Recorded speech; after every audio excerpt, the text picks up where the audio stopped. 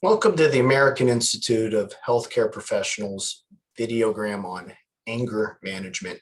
AIHCP offers an online program for qualified professionals who are looking to become certified in anger management.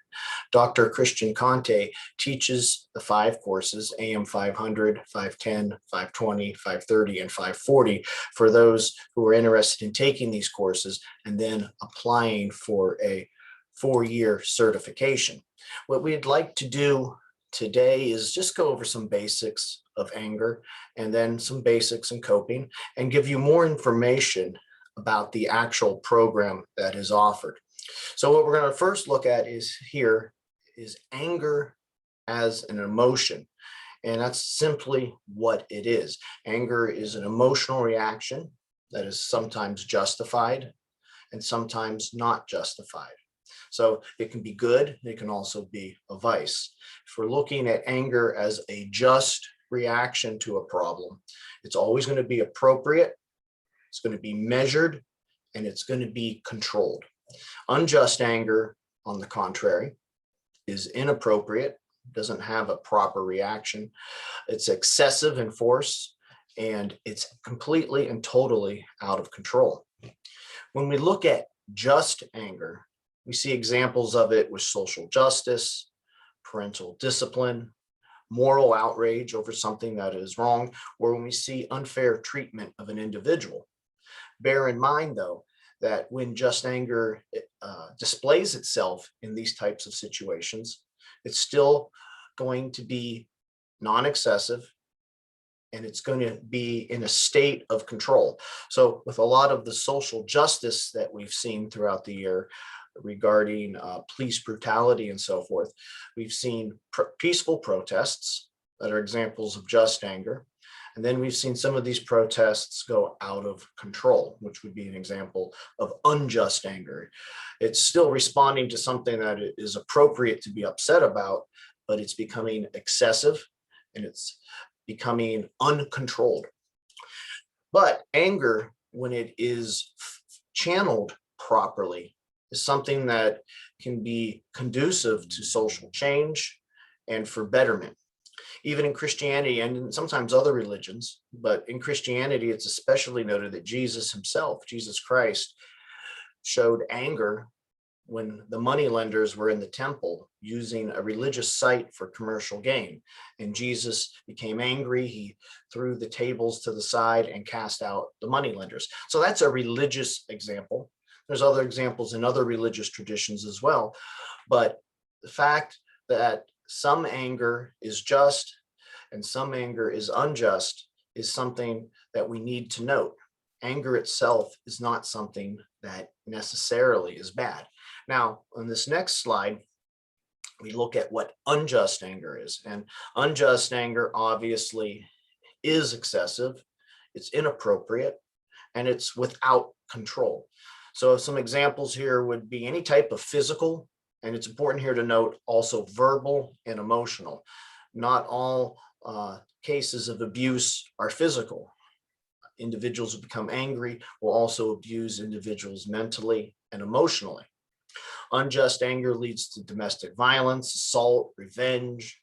We see it in cases of road rage, destruction of property when some of those protests that we witnessed have become riots, and murder and other violent actions. Unjust anger can occur in multiple places. It can occur at home, it can occur in the workplace, and it can also occur on the road. And anger in the workplace is something that is becoming more and more common, and it can, if it's not properly identified, lead to shootings, which we've seen also in the news, where ex-disgruntled employees return to the workplace and will take a gun and shoot numerous individuals. On the road, I think, is one of the most common places we see anger with road rage. And road rage is a big problem because it leads to a potential car accident.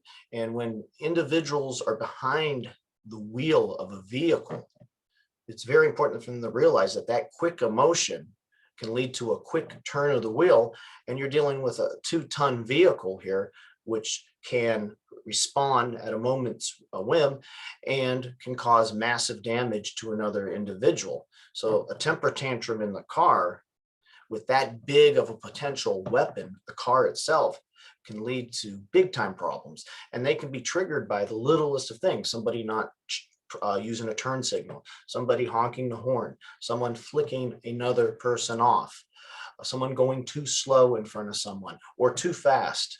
And that leads to a variety of situations where you see individuals cutting each other off, brake checking each other. And then that can escalate even higher with individuals getting out of the car if there isn't an accident and getting into a physical confrontation where someone could be seriously injured. So there are certain places where we especially need to be able to control our anger. Now, any prolonged anger harms the body. Anger is part, in some respects, to the stress response. And this is where the body is prepared for a fight or flight type response. You're either going to stay and fight it out, or you're going to respond with a retreat. Anger then, because it's part of this stress response, the body is preparing itself for this confrontation. And in doing so, it increases the heartbeat, the blood pressure.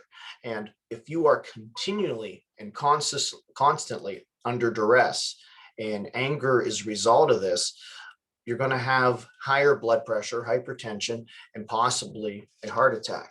So it's not healthy to always be angry. The key is anger management. And anger management is a way to identify triggers to your anger and also give you appropriate responses to handle your anger, whether it's a justified anger or to identify things that aren't really justified, that you shouldn't get angry about.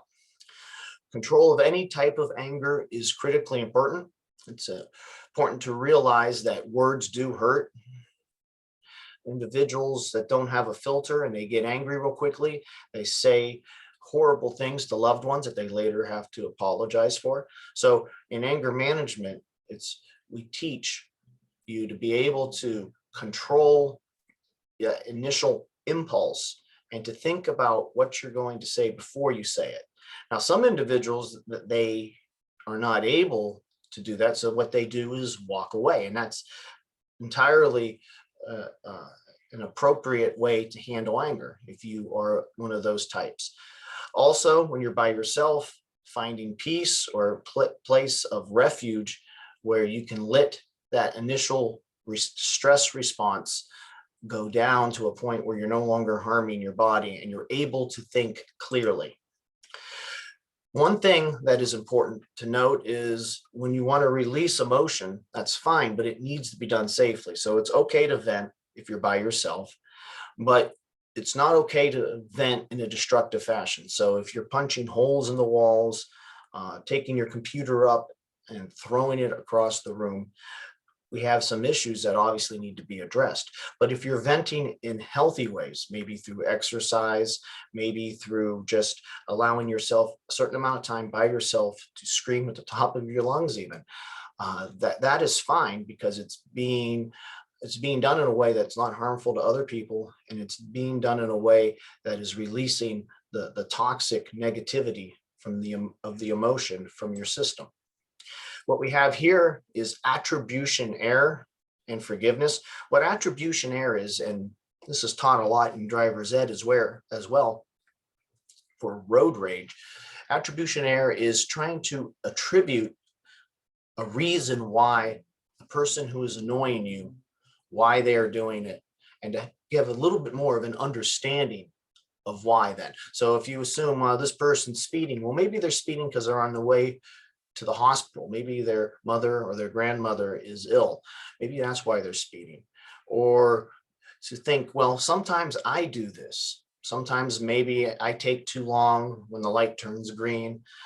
You start attributing reasons why an annoying behavior is occurring, and then applying it also to yourself. And a lot of that goes to the golden rule: treat others as you wish to be treated. Forgiveness is key.